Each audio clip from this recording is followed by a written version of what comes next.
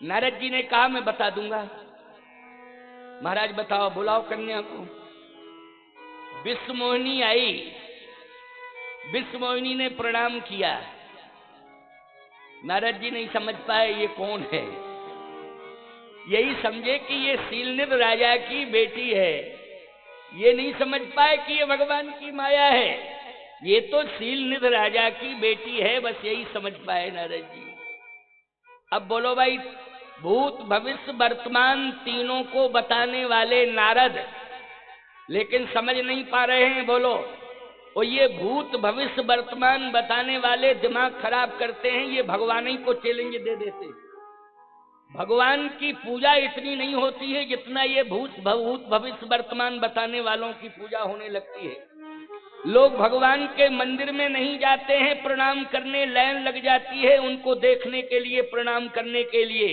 अरे बुद्धि के पैदल लोगों, जरा जाग जाओ, चेत जाओ, समझ जाओ।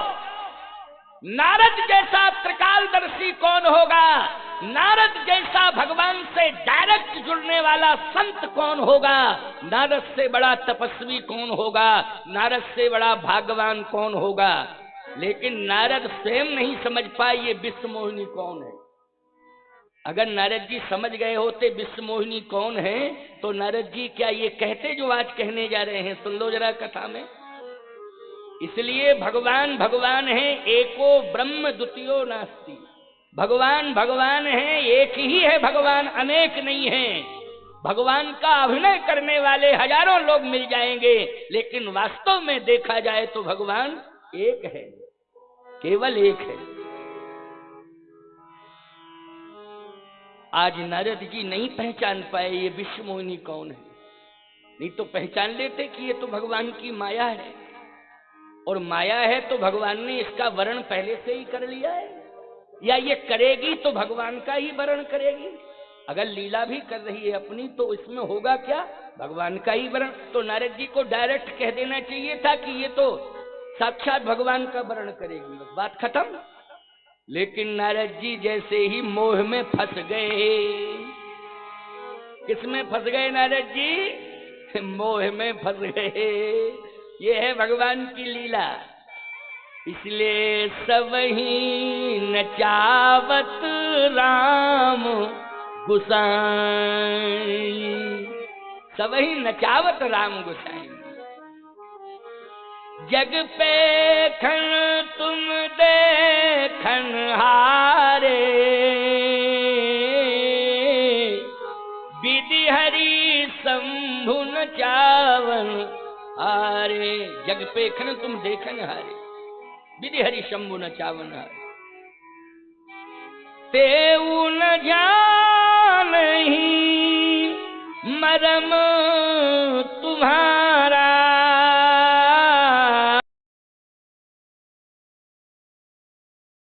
तुम ही को जाननिहार।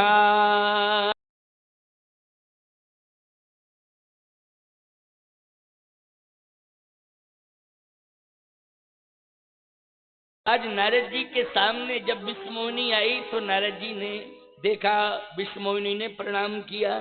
कहा महाराज, शीलनिध ने कहा यही मेरी बेटी है। अब आप बताइए किसका वर्ण करेगी?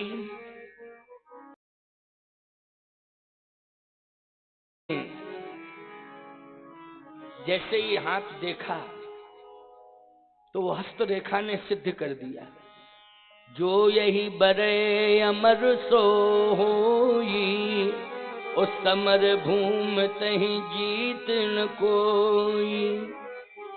अच्छा बोलो भाई, इस संसार में किसकी सत्ता अमर है? परमात्मा की सत्ता अमर है। सारी दुनिया महाप्रलय में जलमग्न हो जाती है, लेकिन वो परमात्मा बट के पत्ते पर बटस पत्रस्य पुटे शयानम बालम मुकुंदम मनसा स्मरामि।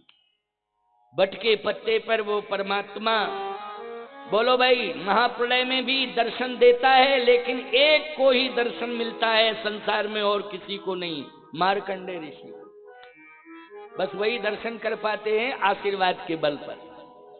लेकिन सब कुछ डूब जाता है, लेकिन परमात्मा रहता है कि नहीं रहता है।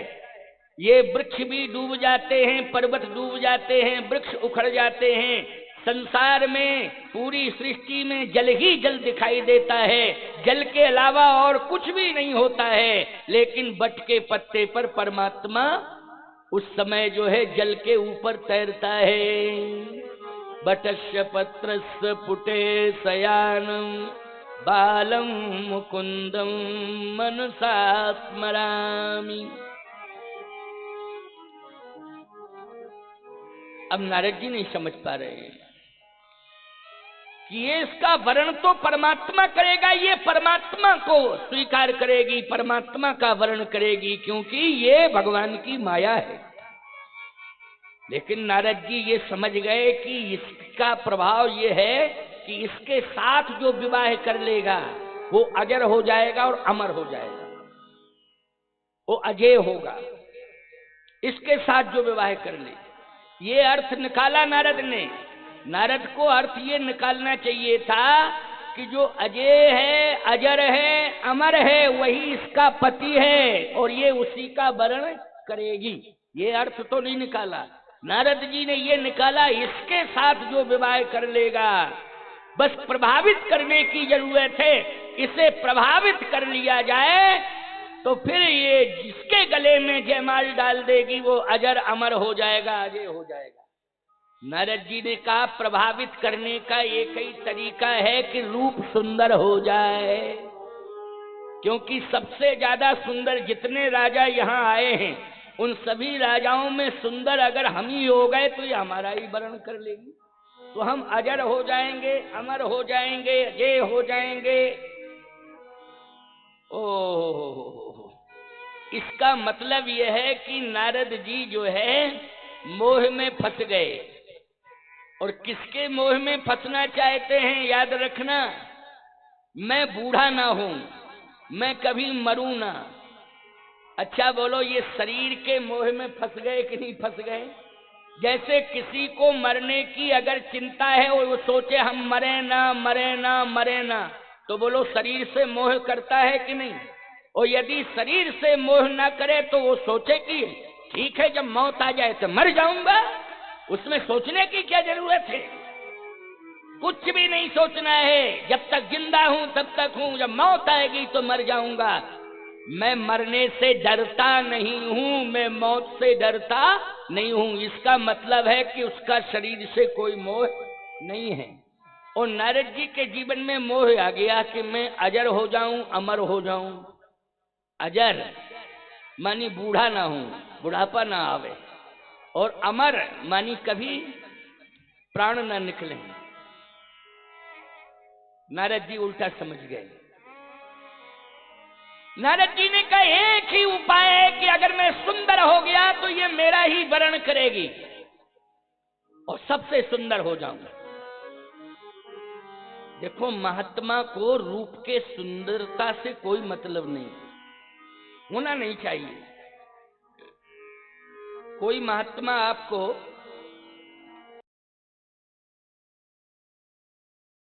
तो तिलक स्वरूप करेगा, वही उसका श्रृंगार। क्या करेगा? दर्पण लेगा और तिलक करना शुरू करेगा। ज्यादा होगा तो मालाएं जितनी तुलसी की रखी होंगी उनको पहन लेगा, बहुत ज्यादा होगा तो वस्त्र रखे होंगे। यही श्रृंगार है। बोलो यही श्रृंगार है कि नहीं?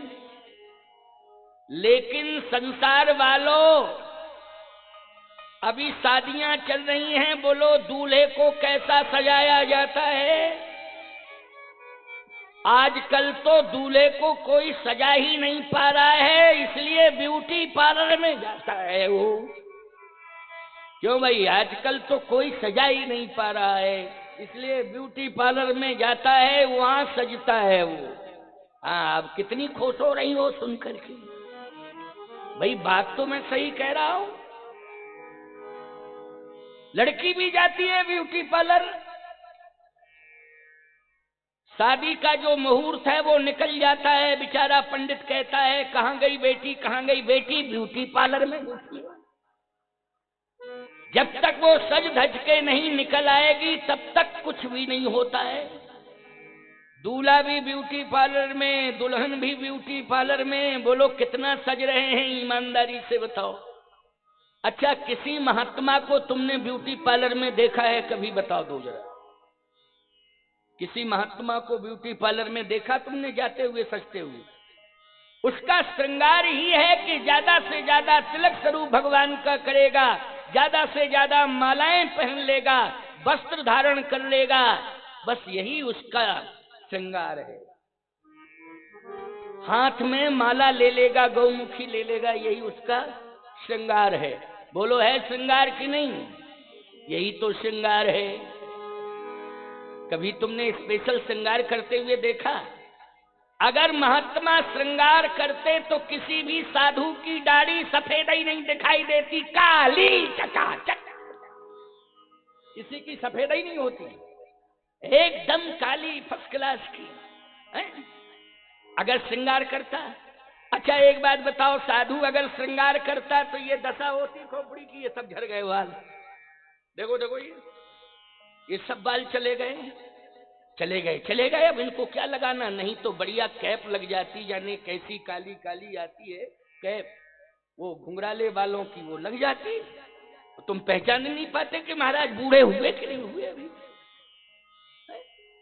खबरदार, कोई श्रृंगार नहीं है, केवल भगवान का तिलक ही श्रृंगार है, माला ही श्रृंगार है, गुरुदेव के द्वारा दिए हुए वस्त्र ही श्रृंगार है, यही श्रृंगार है।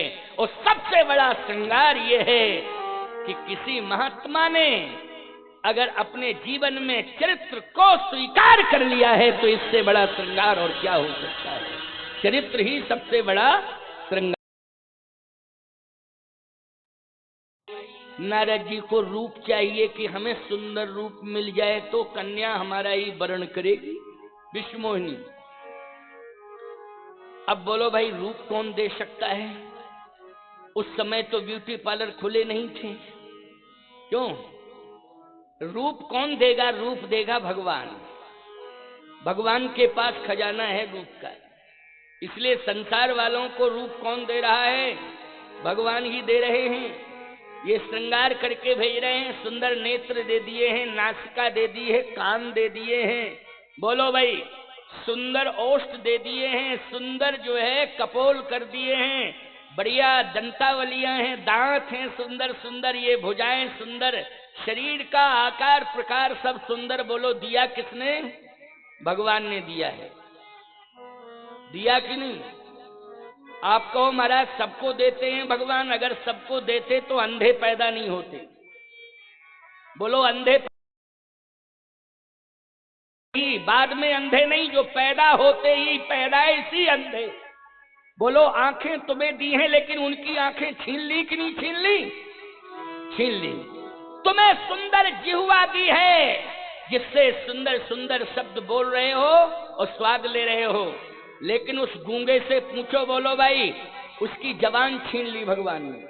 पैदा होते ही गूंगा हो गया, भगवान ने जबान छीन ली उसकी। बोलो कोई माँ बाप चाहते हैं कि हमारा बेटा गूंगा पैदा हो? कोई माँ बाप बता दो संसार में ऐसे माँ बाप हों जो ये चाहते हो कि हमारा बेटा अंधा पैदा हो? नहीं नहीं, लेकिन अंधा होता है तो माँ बाप रोते हैं, कहते भगवान की यही इच्छा थी, अब क्या है? भोग कर्मों का फल, अब भोग, क्या किया जाए? इसलिए याद रखना, अच्छा कर्म करना तो भगवान तुम्हें सर्वांग सुंदर बना के भेजेगा। यदि तुमने दृष्टि का दुरुपयोग कर लिया, गलत निगाह से तुमने समाज को देखना शुरू कर दिया, गलत निगाह से तुमने बहन बेटियों को देखना शुरू कर दिया, तो अगले जन्म में आंख छीन लेगा परमात्मा, तुम्हें अंधा बना करके पैदा कर देगा। जिंदगी भर रोते रह जाओगे, जिंदगी भर कि हमें कुछ दिखाई नहीं दे रहा है। अच्छा बोलना, कभी दुर्वचन मत कहना, कभी गलत सलत गंदे शब्दों का प्रयोग मत करना अपनी जिह्वा से, अपनी जबान से, नहीं तो अगले जन्म में भगवान तुम्हें गूंगा बना देगा, बोल नहीं पाओगे, इतना बड़ा पनिशमेंट मिल जाएगा तुम्हें। इसलिए हमेशा अच्छा बोलने की कोशिश करना कि हम अच्छा बोलें, आंखों से अच्छा देखें, इन हाथों से अच्छा काम करें, सत्कर्म, पैर हमारे सदमार्ग पर चलें। बोलो यही करना चाहिए कि नहीं? आप सबने कितना सुंदर सदमार्ग चुन लिया है, आपने अपने अगले जन्म को सुधार लिया है। ये गारंटी से कह रहा हूं, आपका अगला जन्म सुधर गया है। आप कहां आए हैं? आप यज्ञ की भूमि पर आए हैं, कथा सुनने के लिए आए हैं। और कथा सुन रहे हैं, कानों से चल के आए हैं, पैरों से, और दर्शन कर रहे हैं आंख से। इसलिए गोस्वामी जी कहते हैं, जिन्होंने भगवान की कथा नहीं सुनी है उनके कान कान नहीं है, और जिन्होंने नेत्रों से संतों का दर्शन नहीं किया है, भगवान का दर्शन नहीं किया है, यज्ञ का दर्शन नहीं किया है, वो आंख आंख वाले नहीं है। बोले फिर आंख है तो?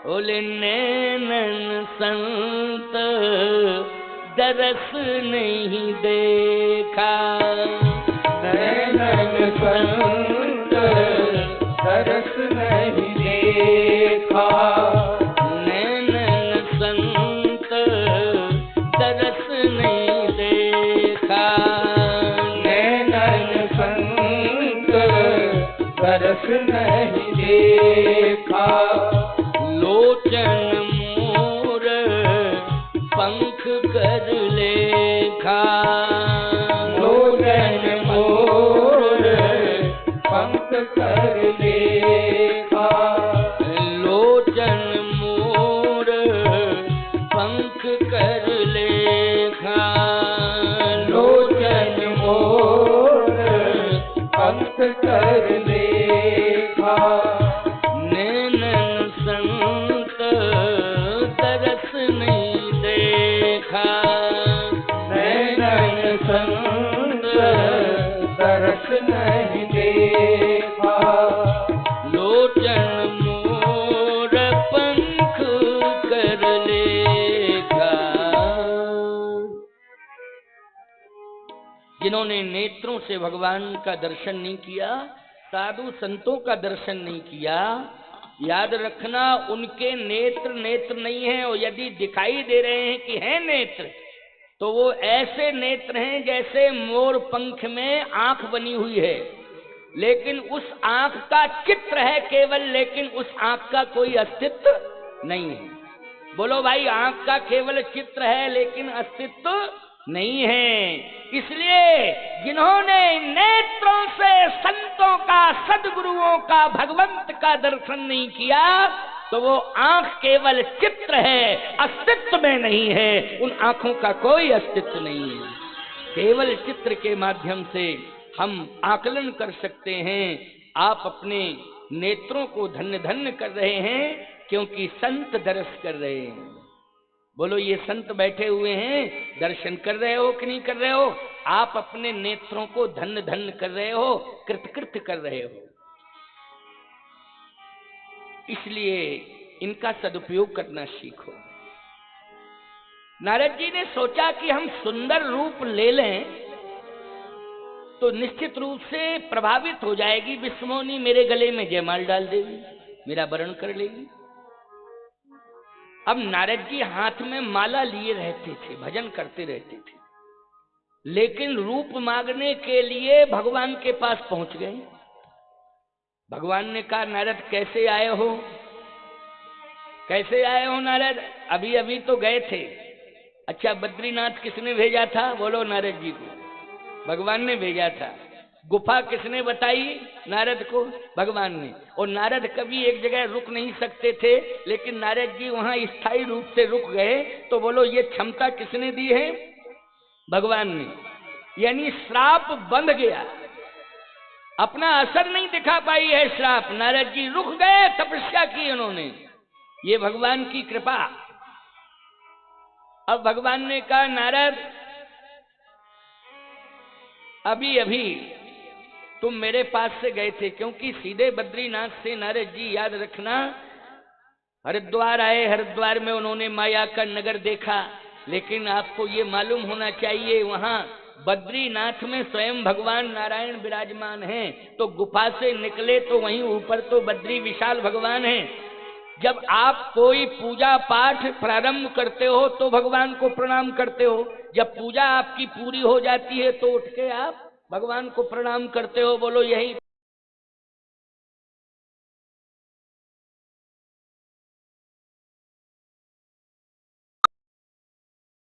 तो बद्री विशाल भगवान को प्रणाम किए, वही भगवान विष्णु हैं, वही तो नारायण हैं। लेकिन फिर नारद जी लौट करके गए। भगवान ने कहा अभी तो आए थे लेकिन फिर दोबारा आ गए हो, किस लिए आए हो? बोले महाराज काम से आया हूं, काम से। लक्ष्मी जी ने कहा ये नारद तो हमेशा राम राम राम राम नारायण नारायण नारायण जपता रहता था, लेकिन अभी आज काम की बात क्यों कर रहा है? भगवान ने कहा नारद जो है माला भी दिखाई नहीं दे रही है, माला कहां गई तुम्हारी? माला कहां गई?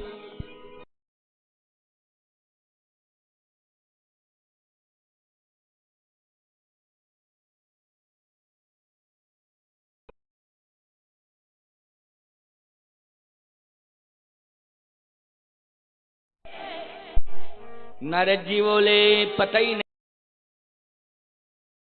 तो भजन? नारद जी बोले कुछ समय से भजन नहीं हो रहा है। हैं? क्या हो गया?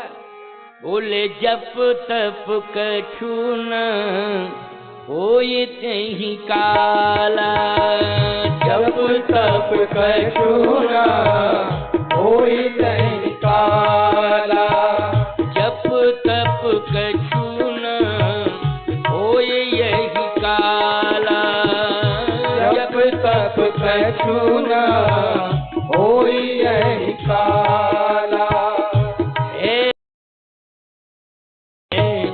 कवन विधि बात, कवन विधि बाला, हे विधि मिले कवन विधि बाला, है विधि मिले कवन विधि बाला, जप तप कछु होय तेहि काला, जप तप कछु न होय तेहि काला, हे विधि मिले कवन विधि बाला। महाराज भजन बहुत समय से नहीं हो पा रहा है, क्यों? इसलिए कि मैं व्यस्त हो गया हूं। अच्छा तुम्हारे घर में शादी आ जावे किसी की तो बोलो भाई व्यस्त हो जाते हो कि नहीं हो जाते हो? बोले महाराज व्यस्त हो गया हूं, व्यस्तता में माला एक तरफ धरी है और भजन हो ही नहीं पा रहा है, क्योंकि इतना व्यस्त हूं। भगवान ने कहा किसमें व्यस्त हो? महाराज शादी आ गई है, सारा सिस्टम जमाने में लगा। नारद शादी? किसकी शादी?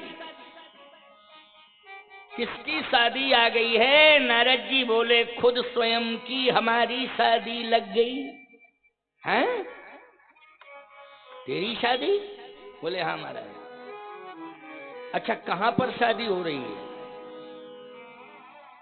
कहा महाराज एक माया उनकी कन्या के साथ मेरी शादी होनी है। अच्छा तो शादी होनी है तो यहाँ क्यों चले आए? निमंत्रण तो निमंत्रण देने आए हो क्या यहाँ? नारद जी ने कहा निमंत्रण देने तो क्या आऊंगा, मैं विशेष काम से आया हूं। अगर मैंने सच्चे मन से आपका भजन किया है तो अभी तक मैंने आपसे कुछ नहीं मांगा, लेकिन आज मांग रहा हूं। भगवान ने कहा मांग ले, जो मांगेगा मैं दूंगा। लेकिन क्या बात है साहब, भगवान के किसी भी तरह तुम हो जाओ, अगर तुम मति भ्रमित हो गए हो तो भगवान तुम्हारी मति का भ्रम दूर कर देगा। बस भगवान के हो जाओ और इधर उधर कहीं मत भटकना। यदि रास्ता गलत पकड़ गए हो तो बस एक ही बात सोच लेना कि मुझे कहीं भी भगवान मिल जाए, दर्शन उनका हो जाए, कहीं मंदिर मिल जाए, कहीं साधु मिल जाए, कहीं सत्संग मिल जाए, हम वहीं पर बैठ जाएं, बस सत्संग मिल गया तो तुम्हारा भ्रम दूर हो गया, मंदिर बन गया तो तुम्हारा भ्रम दूर हो जाएगा। याद रखना, दो ही स्थानों की तलाश करना, या तो मंदिर में जाना या सत्संग में जाना। अगर भ्रमित हो गए हो बच जाओगे, गारंटी के साथ कह रहा हूं। नारद जी तो भगवान के पास गए, कम से कम मति जो है भजन कहाँ ले गया नारद का। नारद के भजन का ये प्रभाव है कि वो भजन भगवान के पास ले गया, और उस भजन ने ही सारा का सारा विकार का विचार प्रकट कर दिया भगवान से। नारद जी ने क्या कहा जानते हो? नारद जी ने कहा, जहीं विधि होए नाथ हित मोरा, करो सो बेग दास में तोरा। महाराज मैं आपका दास हूं, वो जिसमें मेरा हित हो वह कार्य आप करिए। नारद जी ने यही कहा है भगवान से, जबकि रूप मांगने गए थे नारद जी। क्या मांगने गए थे? रूप मांगने गए थे। लेकिन जहीं विधि होए नाथ हित मोरा, करो सो बेग दास में तोरा। मैं आपका दास हूं, जिसमें मेरा हित हो आप वही कार्य करिए। अरे फिर भी तो तू अपनी वाणी से तो बता, आखिर यहाँ क्यों आया, क्या मांगना चाहता है? नारद जी ने कहा, आपन रूप देव प्रभु मोही, आपन रूप देव प्रभु मोही, आपन रूप देव प्रभु मोही, आपन रूप देव प्रभु मोही, आन भांत नहीं पावोही, आन भांत नहीं पावोही, आन भांत नहीं पावोही, आन भांत नहीं पावोही, आपन रूप देव प्रभु मोही। आप अपना रूप मुझे दे दीजिए। भगवान ने कहा, मेरा रूप तो तुम्हें पहले ही मिल गया है, ये तिलक मेरा रूप है, माला मेरा रूप है, ये भेष जो तुम्हारा साधु का है यही तो मेरा रूप है। अब और कौन सा रूप लेना चाहते हो नारद? नारद जी ने कहा कि जिस रूप से मेरा विवाह हो जाए वो रूप दे दो। भगवान ने कहा, जिस रूप से विवाह हो जाए वो रूप। लेकिन तुम तो अभी कह चुके हो नारद की, जहीं विधि होए नाथ हित मोरा, करऊं सो बेग दास में तोरा। तो मैंने भी वचन दे दिया, जहीं विधि हुई है परम हित, हित नहीं परम हित जिसमें होगा मैं वो काम करूंगा। जहीं विधि हुई है परम हित, नारद सुनहूं तुम्हार, सो मैं करब नयान कछु, बचन नम्र हमार। जिसमें तुम्हारा परम हित होगा मैं वो कार्य करूंगा नारद। तो भगवान ने कहा कि ये रूप इसलिए मांग रहा है कि ये विवाह हो जाए, लेकिन मैं ऐसा रूप दूंगा कि इससे इसका विवाह रुक जाए। समझे? ये मांग रहा है कि ऐसा रूप दे दो मेरा विवाह हो जाए, और आप अपना रूप दे दो। अच्छा, भगवान का रूप जिसे मिल जाता है वो निश्चित रूप से चरित्रवान होता है, और चरित्रवान जो होता है वो विवाह में विचार करता है। कहीं कुल और गोत्र एक ही तो नहीं मिल रहा है, बोलो इस पर विचार किया जाता है कि नहीं? सनातन की परंपरा में विवाह में कि कहीं कुल तो नहीं मिल रहा है, गोत्र तो नहीं मिल रहा है, हमारा और इसका रिश्ता क्या है, कहीं ऐसा तो नहीं है कि हमारा और इसका ऐसा रिश्ता हो, ऐसा संबंध हो कि विवाह कभी जीवन में हो ही नहीं सकता है। अच्छा बोलो भाई, ये रिश्ते ऐसे होते हैं इनमें विवाह नहीं हो सकता। कौन? 3 रिश्तों में, माँ, बहन और बेटी। बोलो भाई, सही बताना, हम आपसे पूछना चाहते हैं। माँ के साथ कौन विवाह करेगा भाई? मूर्ख है क्या लड़का? कौन ऐसा भाई है जो बहन के साथ विवाह करे? कौन ऐसा बेटा है जो माँ के साथ विवाह करे? कौन ऐसा बेटा होगा जो माँ के साथ विवाह करेगा? कौन ऐसा भाई होगा जो बहन के साथ विवाह करेगा? कौन ऐसा बाप होगा जो बेटी के साथ विवाह करेगा? चुल्लू भर पानी में डूब करके मर जाएगा, घोर रोरो नरक मिल जाएगा। बोलो मिलेगा कि नहीं? कोई बाप अपनी बेटी के साथ विवाह नहीं कर सकता है, कोई भाई अपनी बहन के साथ विवाह नहीं कर सकता है, कि कोई बेटा अपनी माँ के साथ विवाह नहीं कर सकता है। ये पवित्र रिश्ते हैं। बोलो हैं पवित्र रिश्ते कि नहीं? और यदि कहीं भ्रमित हो गया है कोई भगवान का भजन करने वाला, तो फिर भगवान की जिम्मेवारी है कि उसकी रक्षा करे। बोलो किसकी जिम्मेवारी है फिर? स्वयं भगवान की जिम्मेवारी है। इसलिए कहता हूं कि सत्कर्म हाथों से करते रहो। गलत रास्ते पर जाओगे तो धर्म करने वाले व्यक्ति का हाथ धर्म पकड़ लेगा और खींच लेगा। गलत जा रहे हो तुम। बोलो धर्म तुमने किया है जीवन में, हाथ से सत्कर्म किया है, यदि गलत रास्ते पर जाओगे तो हाथ कौन पकड़ेगा? जिस हाथ ने धर्म किया है वही धर्म हाथ पकड़ लेगा और तुम्हें गलत रास्ते से दूर कर देगा। इसलिए कभी भी व्यक्ति को ये नहीं सोचना चाहिए कि दान व्यर्थ चला जाएगा, हमारा भजन व्यर्थ चला जाएगा। ये दान में धन व्यर्थ जा रहा है और भजन में समय व्यर्थ जा रहा है। अगर ऐसा कोई प्राणी सोचता है तो निश्चित रूप से वो व्यक्ति महामूर्ख है। भजन करने वाला समय व्यर्थ नहीं जाता है और दान दिया हुआ धन भी कभी व्यर्थ नहीं जाता है। समय पर काम आता है, विश्वास रखना। बोलो आज नारद जी का भजन काम आ गया कि नहीं आ गया?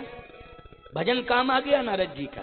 और ये कथा इसलिए आपको सुनाई जा रही है, और तुलसीदास जी महाराज ने इसलिए रामचरितमानस रामायण में लिखा है, क्योंकि आप सबके लिए चेतावनी है और आप सबको जागृत करने के लिए सुंदर संदेश है कि तुम्हारे द्वारा किया हुआ भजन कभी व्यर्थ नहीं जाएगा। भगवान तुम्हें बचाएगा, बचाएगा, बचाएगा। तुम्हारे हाथ से दिया हुआ दान भी कभी व्यर्थ नहीं जाएगा। इसलिए भगवान तुम्हारी रक्षा करेगा, करेगा, करेगा। ये विश्वास कर लो। इसलिए प्रेरक कथाएं हैं। ये राम जन्म के पहले की कथा है, इसलिए मैं आपको सुना रहा हूं, क्योंकि ये भगवान का जन्म नारद मोह के बाद ही भगवान का जन्म हुआ है। भगवान ने कहा ऐसा रूप दूंगा इसे कि इसका विवाह ही कैंसिल हो जाएगा। नारद जी ने कहा आपन रूप देव प्रभु मोही, आप अपना रूप